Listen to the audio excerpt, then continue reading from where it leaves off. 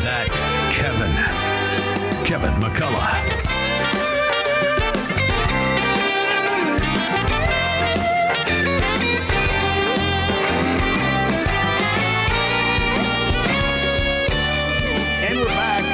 For being here, and so thankful for those of you that have expressed such kindness in notes and emails and so forth about me recovering from my surgery. If you've not noticed, I've been away a few weeks, but we are back in the swing tonight, and I am so thankful to be here and so thankful for all the kind words and so forth.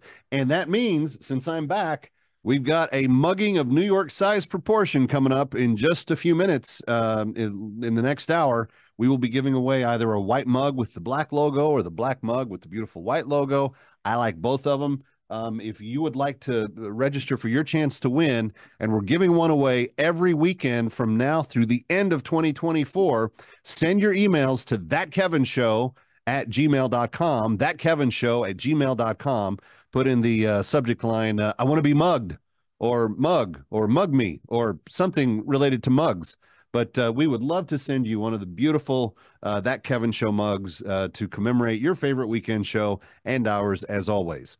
Now, I am really super excited about something that I'm about to tell you about, because every year we do this, and it seems like every year there's more and more enthusiasm for doing it. Last year, we had a goal of trying to liberate 192 enslaved individuals in North Sudan. That's the Arab-controlled North. It's Muslim-controlled, Arab-controlled. And with our friends at Christian Solidarity International, for the last number of years, we've been freeing slaves that have been held in the North. And last year, our goal was 192. And here's what we did. Bingo! 252 slaves were liberated because of your generosity.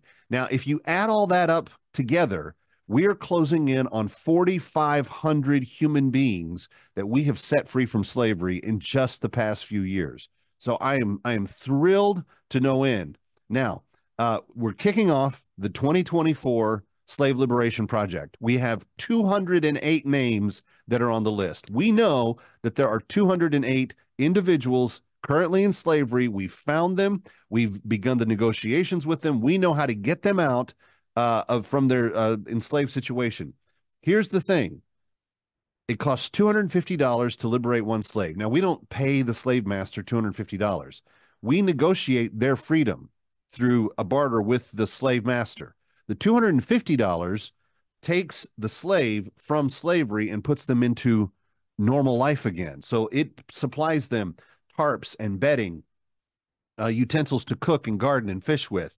It supplies a supply of food, sorghum grain, for a full year, and then it gives them a year's worth of seed to plant for a future crop of sorghum grain that will continue to feed them. And it includes a little billy goat, that a she goat rather, that she can that they will take and have more kid goats with, and can turn into a micro enterprise. All of that happens for $250 one time, or 5 times 50, or 2 times 125, whatever it takes for you to get to that particular amount. But here's the thing, friend. I am so pumped, because we are just kicking it off here at the 1st of April, and already 42 slaves have been liberated of the 208. So thank you to those of you who have already been giving and already said, Kevin, we're on board. We're going to see to it that we liberate all of these women this year, women and sometimes their children with them, which is really a blessing. Here's the phone number. It's very, very simple. It's 888-342-1010. 888-342-1010. Or the easier way to do it is just go to bringherhome.org. Bringherhome.org. I'm about to introduce you to someone whose life we did change, because somebody gave last year. A young woman named Abuk, who doesn't even know how old she is, was liberated. Take a listen to her story. It took me 15 days to walk the journey back to South Sudan. But that marked a passage for my life, from the horrors of slavery to a future filled with hope.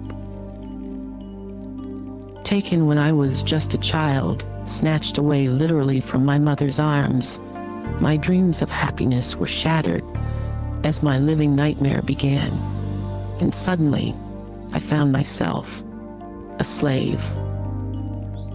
My slave master stripped me of my Christian faith and even my name, and he stamped on me instead a Muslim name and identity, and the beginning of a life of endless work.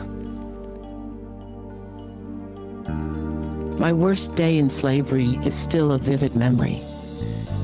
My master sent me for a very difficult job of fetching water.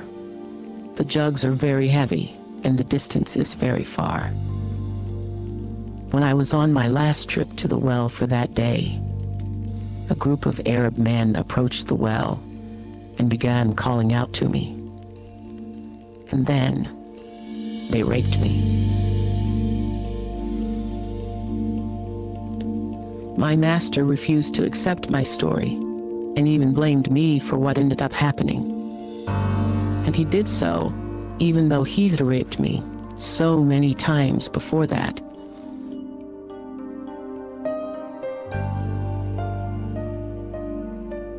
Because I have no idea of my birthday or even hometown. When I arrived to South Sudan, I was very blessed to be able to join a community of 150 other former slaves. And as I am now pregnant with a child that was conceived from my abusers, it's my hope to be a loving and caring mother.